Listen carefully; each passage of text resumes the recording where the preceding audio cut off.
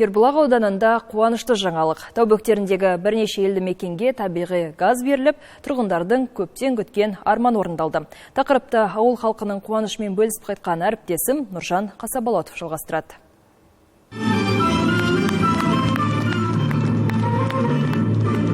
Бұл күні тоғыз жолдың торабындағы күреңбел халқы үшін көптен күткен қуанышпен өрілді. Қайнарлы Сайлыкөл, Көксай және Қаспан ауылдарына газ келіп өркениет жетті. Бұған дейін көмір мен отынға тәуелді болған ағайын ендігіде көгілдір отынның игілігін көрмек.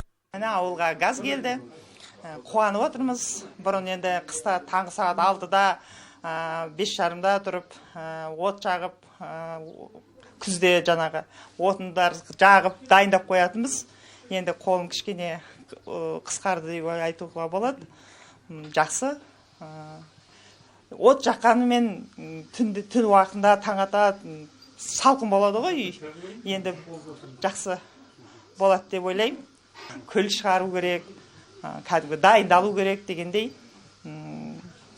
Енді ондай болмайды. Жақсы.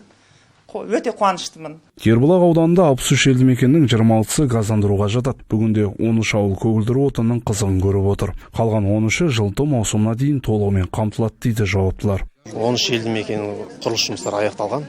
Қазір мына основной ветка мына тоғалға тартылып жатқан газ құбыры бар ғой. Сол жұмыстар аяқталғаннан кейін жылыту маусымы басталғанға дейін кезең-кезеңмен газға қосылады.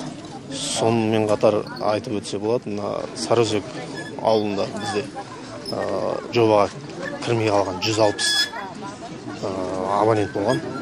Негізгі жобаға кезінде кірмей қалған, оның үстіне жаңа ықшам ауданы пайда болды ғой. Сол жерде 160 үйге біз жаңадан жоба жасағанбыз. Ол жұмыстар да басталды. Тоже биыл қосылады газға. Ауыл тұрғындары үшін көгілдір отынға қосылу құны 25 метрге дейін 180 мың теңге аралығында болмақ. Ал қазандықтың құны үйдің шаршы метріне байланысты болмақ. Жауаптылар тұрғындардан газды пайдалану кезінде қауіпсіздік ережелерін қатаң сақтауларын сұрайды. Көбінесе осы ауыл тұрғындары мына тамақ істеп жатқан кезде мына сигнализатор загазованный деген болады. Сол сигнализатор дабыл қаққыштар болады. Соларды өшіріп тастамау керек. Олар 24 сағат күніге қосылып тұру керек.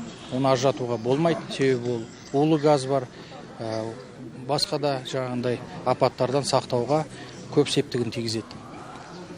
Кішкентай балаларды мына плитаға жолатпау керек, газ қондырғыларына жолатпау керек. Одан кейін жылытуға газ плитасын ешқашан қолдануға болмайды. Мүмкіндігінше жаңағындай егерде газдың иісі шығып жатса, форточкаларды ашып, терезелерді ашып, дереу сыртқа шығып 104 нөміріне хабарласуларыңызды сұраймыз. Жалпы Жетісу облысы бойынша 356 елді мекеннің 210-ы газдандыруға жатады. Бүгін таңда оның 67,2% толық қамтылған. Екінші кезең бойынша Талдықорған қаласынан Үшаралға дейінгі 84 елді мекенді келер жылдың соңына дейін газға қосу жоспарланған. Бұл бағытта магистралдық газ құбырын тарту жұмыстары былтыр толығымен аяқталған еді. Нұржан Қасаболатов, Ержан Дүйсен, Жетісу арнасы.